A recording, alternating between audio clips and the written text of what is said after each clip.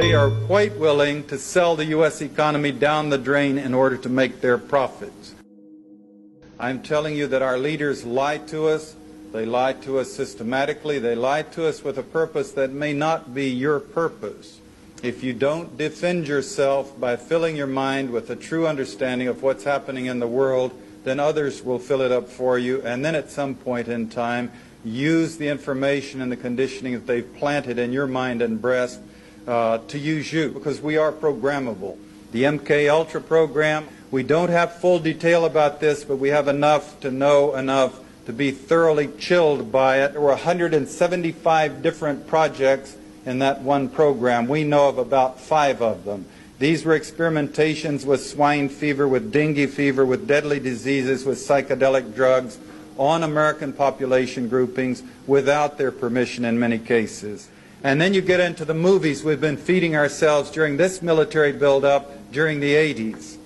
Rambo, Commando, Red Dawn, the Rocky series, Under Siege, Delta Force, America, Missing in Action, Top Gun, Heartbreak Ridge, Death Before Dishonor, Platoon, Hamburger Hill, Tour of Duty, China Beach, and they go on and on. How many people saw the movie Red Dawn, by the way?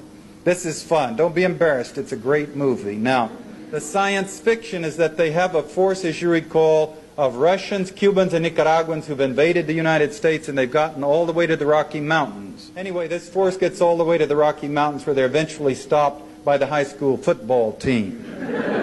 Now, so why did they pick the high school football team? You see, the answer is obvious. They're going to fight the next war with the 18-year-olds and 19-year-olds. It's not going to be the middle-aged 50-year-olds. We're too smart. We've seen the cynicism of war. We wouldn't buy it. It's at that age, the high school graduates, many of them have not yet had a chance to fill their minds with experience, to understand what the world is all about, to understand how they're being used. These things are not meant to educate. See, that's where they're reaching inside people's breasts and pressing buttons and manipulating people to join the army and be all that you can be and be available to be sent down to Central America to kill people and to die for your country. We're conditioned by childhood experiences to believe that these were noble and right things to do, defending our country from the evils of this, that, and the other. When we're up against the power structure, we're up against the military-industrial complexes with the media bought and woven right into the thing. The multinational defense corporations have no great loyalty to the United States. They are no longer U.S. corporations. They make enormous profits and invest the money overseas.